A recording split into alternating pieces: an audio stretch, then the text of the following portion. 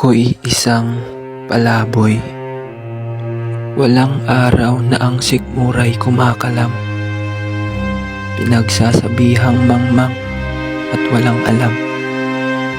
Damit ay gutay-gutay, bulsa'y walang laman. Dahil sa walang makain, butot balat ang katawan. Kadalasan dahil sa kahinaan ay iniisahan. Kakulangay pagkakataon para pagsamantalahan. Kinukutya at pinagtatawanan kahit kung saan. Dahil lang sa kahirapan na ngayoy nararanasan. Kami rin ay taong nabibilang sa lipunan. Bakit sa halip na tulungay pinagsasamantalahan?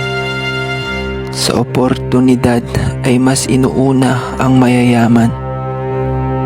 Kami ay minamaliit dahil sa kakapusan. Kahirapan ay dahil na rin daw sa aming katamaran. Umaasa lang sa limos ng gobyerno't mayayaman. Mawalang galang na po sa inyong opinyon. Ngunit masdan nyo muna ang buong sitwasyon. Hindi lahat ng mahirap ay dahil sa kapabayaan. Maaring iba sa amin ay biktima lang din ng mapang-aping lipunan.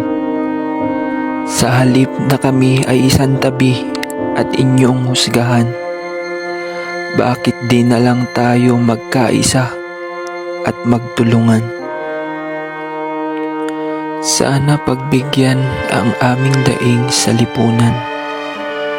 Pagkakapantay-pantay lang naman ang munting kahilingan. Huwag kaming husgahan dahil lang sa kahirapan. Bagkus sama-sama nating paunlarin ang bayan, mahirap man o mayaman.